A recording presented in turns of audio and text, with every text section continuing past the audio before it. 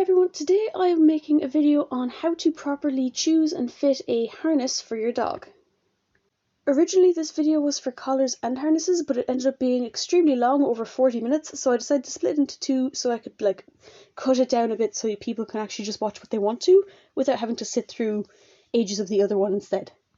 In this video I'm only going to be covering harnesses that I have used myself or that I currently use, and I can in a future video go through ones that I haven't mentioned here if it's wanted, because there are so many different types that I will never be able to do all of them, but I can do several more if it's needed. The first harness is one that I very commonly see around the place, and it is a very good harness. So it's got a kind of a T shape on the back, a circle for the head, and then it goes between the front legs and around the belly to attach. When first fitting this, make sure to put all of the settings to the biggest size so you know exactly how big it is able to get, because if you're getting a harness for a young dog or a pup, you want to know how much room you've got before you're going to have to buy another, because they grow extremely quickly. To put this on, you put the circle over the head and leave the T on the back. You take the piece for on the chest between the legs and you put it underneath the leg and attach it to that side of the T. So you do this for both legs and make sure that you don't have it twisted, because that's something that I do pretty regularly by accident. I will have it twisted and I have to then take it apart and put it back on. You can see that this is insanely loose on her. It's so loose that honestly she could probably step out of it if she wanted to. So you want this middle part to be around where the shoulders are, which means these front pieces need to be shortened. To shorten them is fairly easy. You just feed the material through the buckle and pull it out the other side, and there's a little piece here that kind of keeps it flat, and just keep it through here and put the flat piece back up. Make sure that both sides are roughly even so that they're not lopsided, and so when they're pulling on the lead or if they're pulling on a harness in any way, they're not being pulled more on one shoulder than the other, because they'll end up getting sore and they'll end up being uncomfortable. Check your measurements again. I'm still not happy with how low down it is, so I'm going to shorten both of them once again to try and make it go a bit higher up. The reason you want it behind the shoulders is because if it's really far down, they can just step their feet forward and out of it through the neck hole. So you want the neck hole to be kind of small enough that it fits the head and the neck and rests on the shoulders rather than going past the shoulders. I've shortened it again, so now I'm going to pull on the part where the lead actually attaches, because if they're pulling, that's when you've got an issue, and when I pull, it doesn't slide down very far. So next is the belly straps. These are insanely loose. They're so loose that she could probably just roll out of them if she wanted to. So what I have to do is I have to tighten them, and I can do that by firstly undoing the tangle like I said I would. I ended up tangling it and getting it twisted. But then you have to take the belly straps, are the exact same as the neck ones, where you just feed the strap through and shorten it to the length that it's required to be at. Once again, this is too loose, so you're going to have to tighten it, and if you have it lopsided, it's going to end up falling off one way or the other. So you want it to be touching the belly, you don't want it to be hanging down, so bring it up as far as you can, and then tighten the little claspy bits, and make sure that both sides are even so that they're not lopsided. With the front, it can make one shoulder be kind of sore if one of them is shorter than the other. With the stomach, it can make the entire middle part go lopsided when you're trying to walk. So when you attach the leash in the middle, it'll actually end up making the entire harness kind of fall to the left or fall to the right. So if your dog is pulling, they're going to end up swaying in and out of where you want them to be. It's awkward. It's not good. Just make sure they're even. So again, just double testing by pulling on where the lead will be, and I'm still saying it's way too loose. So it's so loose right now that I could probably fit my entire arm through it. So you got to once again shorten, make sure both are even, and you just keep doing this until you're happy with the fit. Ideally, it should be just like a collar where you can fit 2 to 3 fingers between the dog and the harness in each individual tightening spot. So 2 to 3 fingers between where the belly strap and the belly actually is, and 2 to 3 fingers between the neck and the neck strap when it's being pulled on. This style of harness is a very popular style, and I particularly like it because of the fact that it's got the piece between the 2 front legs. So if the dog suddenly lies down and doesn't want to keep walking, or sometimes the dog would get scared of, say, a big truck or a bus going past, or I find Beauty isn't too fond of buggies. Children in buggies or prams or whatever they're called where you are, she doesn't like them, so when they go past she kind of lies down, she refuses to move forward. The piece between the legs means that she can't just roll to one side and have the harness completely fall off her. Because of the piece between the legs, she can only roll as far as one of her legs. So she can't get out, she can't end up getting loose on the side of a road with cars, and it's just very secure. I like it. Now that I've tightened it again, another quick tug on the leash part, and you can see it does not move at all. So I can still fit 3, 4, 5 fingers underneath. I can still put my hand under each and every individual place so it's not too tight, but it doesn't slide around the place mad like it did before. It's not in her armpits, it's not digging into her belly or her neck, and when she pulls, if she pulls really hard on that leash, it's not going to end up hurting her or sliding off. So it's a perfect fit.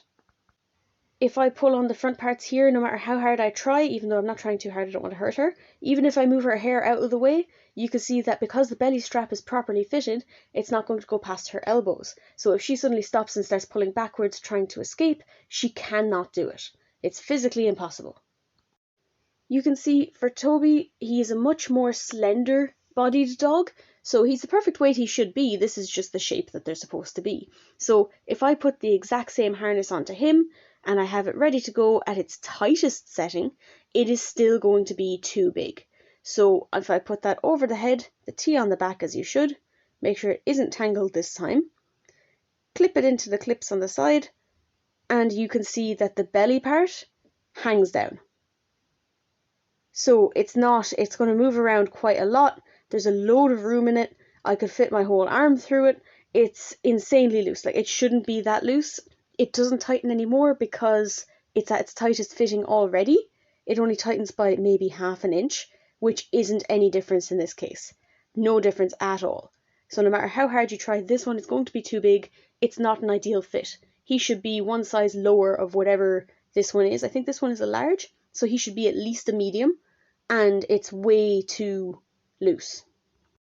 If a dog has a harness that is too loose around the belly, they can very easily slip their front legs through the belly strap on the back and over the head and then escape.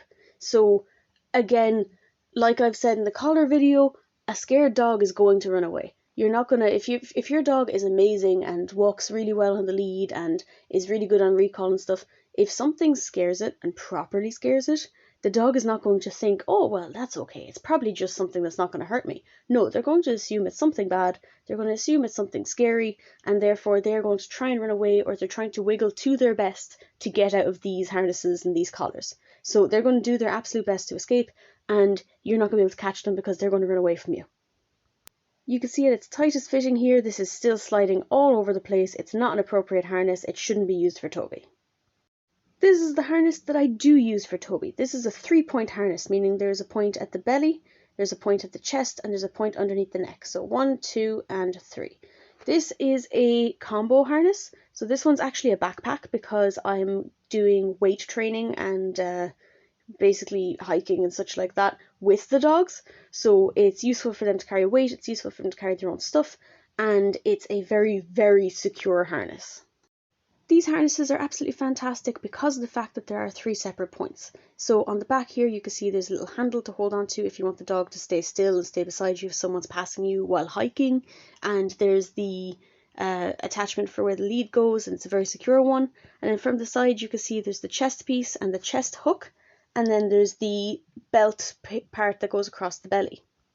One of the reasons why I really like this is because of the fact that the dog, if one of these straps breaks, the other 2 will keep it in place until you can sort yourself out and get back home so that the dog isn't going to get loose. It's very difficult for him to escape from this because even just the little belly strap, because it's tighter, because it fits to the belly, even if the legs were to get out of the chest piece, they're still not going to be able to get fully out because the belly strap is not physically going to fit over their chest. At this point in videoing, Toby had had enough because we'd just gotten back from a hike and I just wanted him to be calmed down and more still so that I can take the videos of the things, and he decided that he was having enough and really wanted to just go to bed, so I ended up actually finishing this off with Beauty. So Beauty has the exact same harness because of the fact that firstly she is an aggressive dog. She's working on it, but she is an aggressive dog, so I'm going to treat her as such. So she's got the big collar with the handle on it for me to hold on to, and then she's got this harness that also has a handle on it for me to hold on to if necessary, because it's a 3-point harness, she's not going to get out of it. It's a much safer thing to have. Just like with the orange harness I showed earlier, you have to make sure that all the straps everywhere at each point, you can fit maybe 3 to 4 fingers in between depending on the size of the dog, and make sure that it's able to be loose enough that they're not being constricted and squished up, but tight enough that it's not sliding all around the place, it's not looping left, right and centre. This one here, you can see that she was also just on the hike, so she wasn't happy with trying to stand, so I just tipped her over. This one here at the back, you can see that it looks a lot tighter, but it's firstly because her belly is very soft, so when it is the tightness that it's supposed to be at, it does look a lot tighter, but also she has a lot of hair, so it looks like it's digging in even though it is not. The one mistake I commonly see with these harnesses is they're absolutely fantastic, so lots of people have them and they're absolutely brilliant. The back strap, if you have a male dog, make sure it is far enough forward that it is not causing damage to them. Because females, doesn't matter all that much, as long as it's not too tight on the belly, they're fine. Males, if you put it back too far, you're going to end up damaging something that they find quite important, and they are going to end up being not too happy, or a combination of being not happy and peeing all over their straps. So make sure that you're not crushing something important. I'm going to do a specific video on backpacks, but I just wanted to show you really quickly. This is how the backpack sits. So it's a saddlebag where there's a bag on each side, and it just goes over the top there, and those little plastic dots that you saw on the side, the backpack has just kind of like a sliding system where it'll attach and slide in so that they don't fall off when the dog is running around or climbing up and down a hill or a mountain. And in these currently I just have bottles of water and collapsible bowls, because we went on the hike today and the bottles are all empty and the bowls are all dirty, so I have to deal with that when I'm done posting this. But they're a really great thing to have. They give the dog a sense of purpose, they tire them out easier, and they're just a fantastic thing. And the perk of the fact that the bags come off the harness is just absolutely fantastic, because I would have paid the harness itself with the bags was roughly 100, and I would have paid 100 just for this harness, so the bags are just a really, really good bonus. Complete side note, I know someone mentioned it in a previous video at one point, but Beauty's elbows have got calluses on them. So a callus is just where a dog has been lying on concrete or something for too long, and because of the fact she was so heavy, she would basically lie on the concrete, she'd get a sore, the sore would stop growing hair and stuff and would become hard skin, and it would try to protect her from constantly getting more sores. So because she was so overweight before we got her, and she was basically living in someone's house, just she was lying wherever the hell she wanted on the floor, she ended up with these calluses on her 2 front elbows. So that's what that is. You can't fix it, you can't get rid of it. It isn't causing her any sort of harm in any way. It just was uncomfortable at the time, and now we just kind of ignore them. Tia does not have a backpack just yet because it hasn't arrived yet in the post, so she's got the exact same harness as the orange one I showed you earlier, and obviously for a smaller dog you don't want to fit 4 or 5 fingers between, you want to fit 1 or 2, maybe 3, because her legs are so thin that they're probably the equivalent of 2 or 3 of my fingers, and if I could fit 2 or 3 in, her leg can definitely fit out. So Tia has 2 harnesses. She's got this one which we use for walking and hiking and such like that, and then she's got this reflective one, which is a coat harness, so she uses this one when we go cycling because people tend not to see her because she's so tiny. This is also her coat for whenever it snows, and it's really great. You just grab the 2 front legs and put them through. There's a harness part at the back that you buckle while you're doing the zip so it doesn't fall off. You zip her up, and then it's got lights in the side of it that you can turn on and off. The harness on this, it doesn't need to be as tight because the coat is going to keep it on. It's going to stop it from falling off. So with this I can definitely fit like 4 or 5 fingers in between, and then it's just got the little lights on the side which are really handy so that people can see where she is and see that she's, you know, not supposed to be run over when I'm on the bike, please.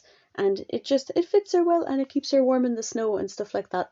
So it's just great.